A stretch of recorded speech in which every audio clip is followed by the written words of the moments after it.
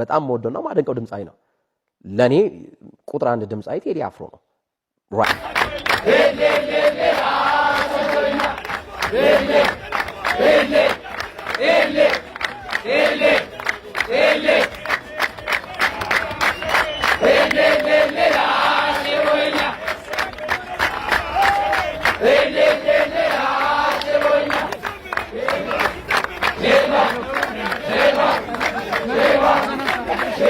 በምን ምክንያት የቴዲ አፍሮ ሙዚቃ እንደተከለከለ አላውቅም እኔ ምን ይዘት ብቻ የይዘት ነገር አለ ምናምን የሚባል ነገር ነው በወሬ ደረጃ ይሰማ ነው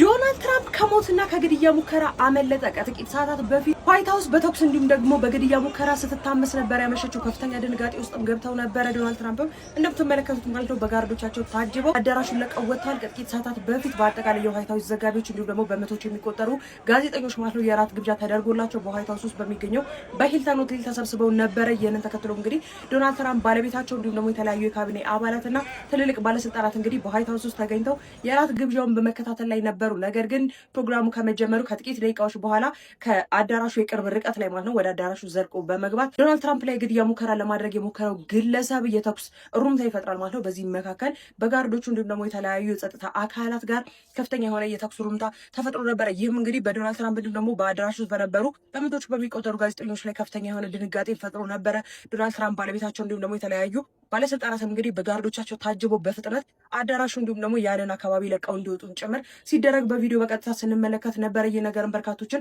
አስደንግጧል ይህ የግድያ ሙከራ ያደረገው ሰውዬ በውል ማንነቱ ባይታወቅም ግን ወዲያ በቁጥጥር ስር መዋሉና አንድ የፖሊስ መኮንን ላይ ጥቃት መድረሱ ነው በኢሳት መረጃዎች ሊወጡ የሚገኙት ዶናልድ ትራምፕ ከዛ በኋላ በትሩዝ ሶሻል ገጻቸው እንዲሁም የተለያዩ ጋዜጣዊ መግለጫዎችን እየሰጡ ነበረ ነገር ግን ዋይት ሃውስ ማለት ነው በከፍተኛ ድንጋጤ ውስጥ ነበር ያመሸችው ከጥቂት ሰዓታት በፊት ነው ይህ ነገር የተፈጠረው ዶናልድ ትራምፕም የተለያዩ መግለጫዎችን በየሰዓታት ልዩነቱ እየሰጡ ይገኛሉ ማንንም ላይ ጉዳት አልደረሰም የፖሊስ መኮንኖች እንግዲህ እጅግ በጣም የሚገርም ስራን ሰርተዋል ሲሉ ጭምር ዶናልድ ትራምፕ ሲያደቁ ነበረ በዚህ 2 ዓመት ውስጥም እንግዲህ የተለያየ ግድያ ሙከራ ሲደረግብን ይህ የመጀመሪያ አይደለም ያስደነግጣል ቢሆንም ግን የፖሊስ መኮንናችን ላይ እንተማመናለን ሲሉም ጭምር መግለጫዎችንና የተለያዩ ስቴቶችን እየሰጡ ይገኛሉ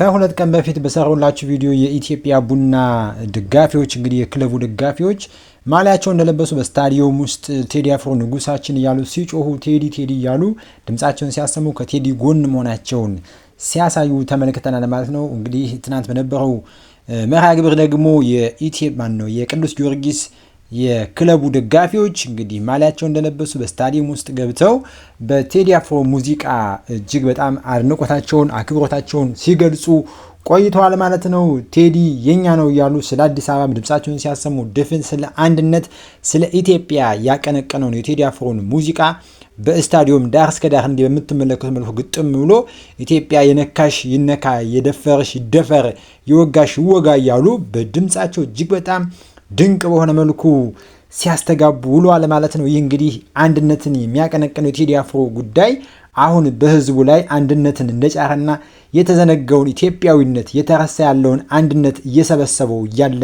እንደሆነ ብዙዎች እየዘገቡ ይገኛል ማለት ነው ስታዲየሙ በጣም በቴዲ አፍሮ ሙዚቃ ሲናጥ ነው የዋለው እጅግ በጣም ድንቅ ነበረ እንዲህ ተመልካቹ በአጠቃላይ ስታዲየም ውስጥ የነበረው ኳሱን ትቶ ቴዲ አፍሮን ሲመለከት ዋለ ማለት ይቻላል። ቴዲ አፍሮ ላይ ሲያቀነቅን በቴዲ አፍሮ ግጥሞች የተቀባበሉ ሲጨፍሩ ውሏል ማለት ነው። ኳስ ገባ ጎል አገባ ከሚለው ይልቅ ቴዲ ንጉስ የሚለው ድምጽ ሲበረታ ውሏል ማለት ነው። ይሄንና ሌሎችን ማሰመለክታችኋል። ዶናልድ ትራምፕ ሊደረሰውስ ምንድነው? በጣም ወደውና ማደንቀው ድምጻይ ነው። ለኔ ቁጥር 1 ድምጻይ ቴዲ አፍሮ ነው። ራይት ነው ማለት ነው አሁን ባለንበት ጊዜ። ከዛ ያ ስሜት አለ።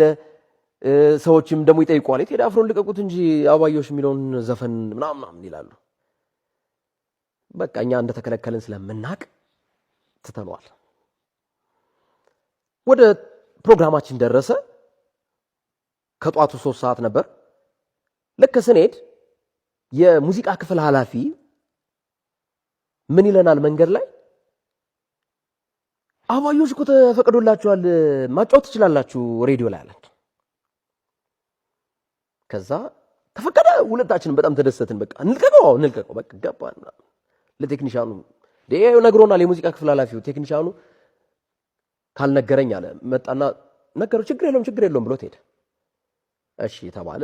በምን ምክንያት የቴዲ አፍሮ ሙዚቃ እንደተከለከለ አላውቅም እኔ። ምን ይዘት ብቻ የይዘት ነገር አለ ምናምን የሚባል ነገር ነው በወሬ ደረጃ የሰማ ነው። ከዛ ገባን። አድማጮቻችን ፕሮግራማችን ተጀምሯል። ያው እኔም ታዴም እናቃልጣለን። ቀውጥ ያደረግ ነው። መጨረሻ ላይ ዛሬ በተወዳጁ የቴዲ አፍሮ ሙዚቃ አባዮሽ ጀምረናል ምናምን ብለን ተለቀቀ። አባዮሽ ለምለም የሚለው ማለት ነው። ልክ እንዳለ ዋናው ስራ አስኪያጅ የድርጅቱ ስራ አስኪያጅ እሳት ለብሶ እሳት ጎርሶ ከፊት ለፊቱ ሹፌሩ አለ። ሹፌሩ እየመራው ገባ።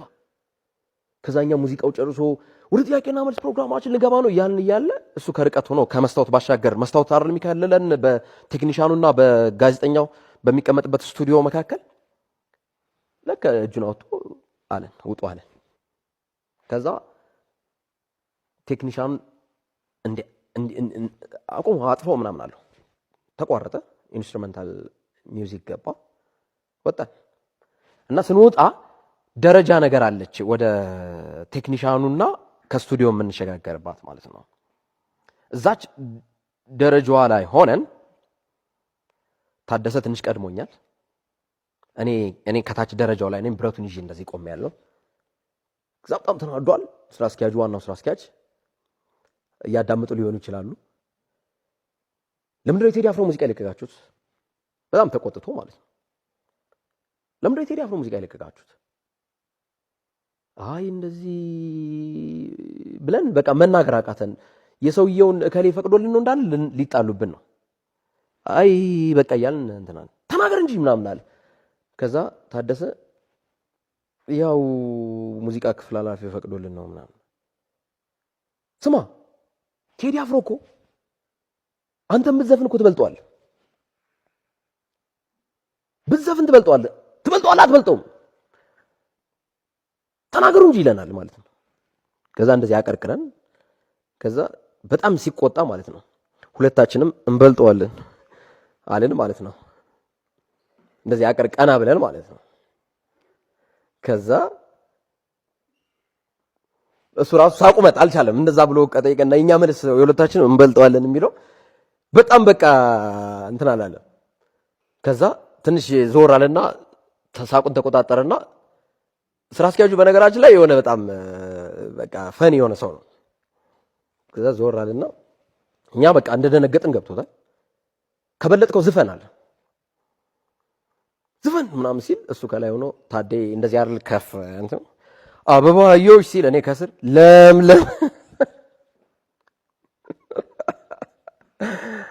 እና በቃ በኋላ ላይ በቃ ተመስጠን ምናምን ነገር እኔ እንትን ነኝ ይሄ መሀል ማርሽ ባንድ የሚመታው ሰው እያለ አይደል እነዛ ብረቱን ይዤ ማለት ነው ምናምን ነው ማድረግ። እሱ አበባዮሽ ምናምን ይላል ምናምን ቀና ብለን ያለን የለም ስራ አስኪያጁ ከመቅጽበት ለካ እየሳቀ ሄዷል ማለት ነው። የቴዲ አፍሮን ዘፈን እንዴት አገኛችሁት? እንዴት አጣጣማችሁት? ለዛም ነው ቪዲዮውን ብዙም ያልሰራን ስፖርታዊ ቪዲዮዎችን በቴዲ ዘፈን ተዘፍቀን የሱን ግጥም ስንሰማ ስለነበር ነው። የቼልሲ እና የማንቸስተር ዩናይትድ ጨዋታ ላይም የሪፍሌክሽን ያላሰጣሁት በቃ ዩቲዩብ ላይ ስላለ ቴዲ ሌሎችም ስላሉ በቃ ትንሽ ገታ ይበል ብዬ ነው። የተወዳጁ ሙዚቀኛ ቴዎድሮስ ካሳሁን የቴዲ አፍሮ ሙዚቃ እንግዲህ ከዚህ ቀደም ከዘመናት በፊት እንግዲህ ተከልክሎ ነበር። በተለያዩ የሚዲያ ማሰራጫ አውታሮች እንዳይሰማ እንዳይተላለፍ በተለይ በሬዲዮ በቴሌቪዥን በመንግስትም በግልም የቴሌቪዥን ተቋማት እንዳይሰራጭ ተደርጓል። ዘንድሮ ደግሞ እየሰማን ያለው በየጭፈራ ቤቱ በተለያዩ የባጃጅ ታክሲዎች ላይ እንዳይከፈት የሚል ማዕቀብ ይጣለበት ይገኛል። እንግዲህ እንደሰማችሁት ተወዳጁ የስፖርት ጋዜጠኛ ግርማቸው እንየው እንግዲህ በዚህ በቴዲ አፍሮ ዘፈን ምክንያት የደረሰበትን አሳዛኝ እንግልት መከራ ገልጿል ማለት ነው። እንዲሁም ደግሞ አሉላ ግርማም ተወዳጁ ስፖርት ጋዜጠኛ በቴዲ አፍሮ አዲሱ ኢትዮሪካ ሙዚቃ የተነሳ ከስራ ገበታው ትንሽ ገለል ብሎ ግጥሞቹን እያዳመጠ ግጥሞቹን እየኮመኮመ እየተረጎመ እንደሆነ ተናግሯል ማለት ነው። አጠቃላይ እንግዲህ ይዘቱ ከዳር እስከ ዳር ከልሂቃን እስከ ደቂቃን ከፖለቲከኛ እስከ ተራው ህዝብ በሙሉ ሁሉም የቴዲ አፍሮን ሙዚቃ እየተቀባበለ እያዳመጠ ግጥሙን እያጣጣመ እየተረጎመ ሚስጢሩን እየፈታ የሚገኝበት ሳምንት ሆኗል። ይህ ሳምንት እንግዲህ ከዕለት ሐሙስ ጀምሮ እስካሁን እስካለንባት ድረስ የቴዲ አፍሮ አጀንዳ ወይም የቴዲ አፍሮ የሙዚቃ ድግስ እንዳላለቀ ማሳያዎች ናቸው። ብዙ ነገሮች እየተባሉ ይገኛሉ። እናንተስ በዙሪያ ምን ትላላችሁ? ሐሳባችሁን ኮሜንት ላይ ጻፉልኝ። ሰላም ሰንበት ይሁንላችሁ። መልካም ቀን። ሰላም ለእናንተ ይሁን።